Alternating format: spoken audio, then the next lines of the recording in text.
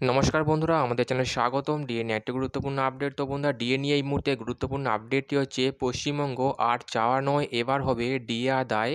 DA পেতে বিরাট পদক্ষেপ, রাজ্য সরকারি কর্মীদের, চাপে পড়বেন মুখ্যমন্ত্রী মমতা বন্দ্যোপাধ্যায় সরকার। তো বন্ধুরা, ডিএ সংক্রান্ত আপডেটটি নিয়ে আমরা স্টেপ বাই স্টেপ আলোচনা করব। তো অবশ্যই আপনারা ভিডিওটি স্কিপ না করে অবশ্যই পুরোটা দেখবেন।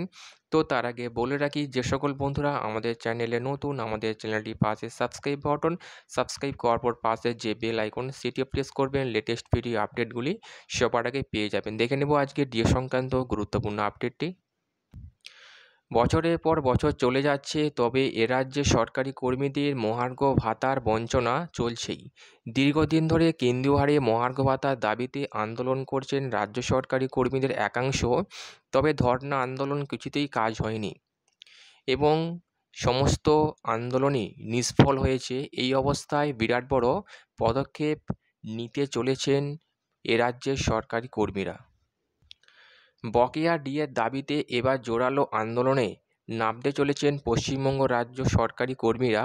সম্প্রতি এ বিষয়ে সংগ্রামী যৌথ মঞ্চের আহ্বায়ক ভাস্কর ঘোষ জানিয়েছেন, সর্বভারতীয় মূল্যসূচক অনুযায়ী মহার্ঘ ভাতা প্রদানসহ একগুচ্ছ দাবিতে আগামী 22শে ডিসেম্বর, 23শে ডিসেম্বর এবং 24শে ডিসেম্বর হবে বিরাট বড় কর্মসূচি।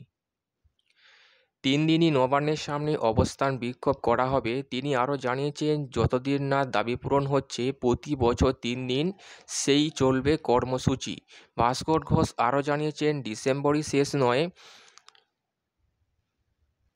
2025 সালের 27শে জানুয়ারি বেলা 12টায় সুবোধ মল্লিক স্কোয়ারে রাজ্য সরকারি কর্মীরা হকের ডিএর দাবিতে জমায়েত করবেন।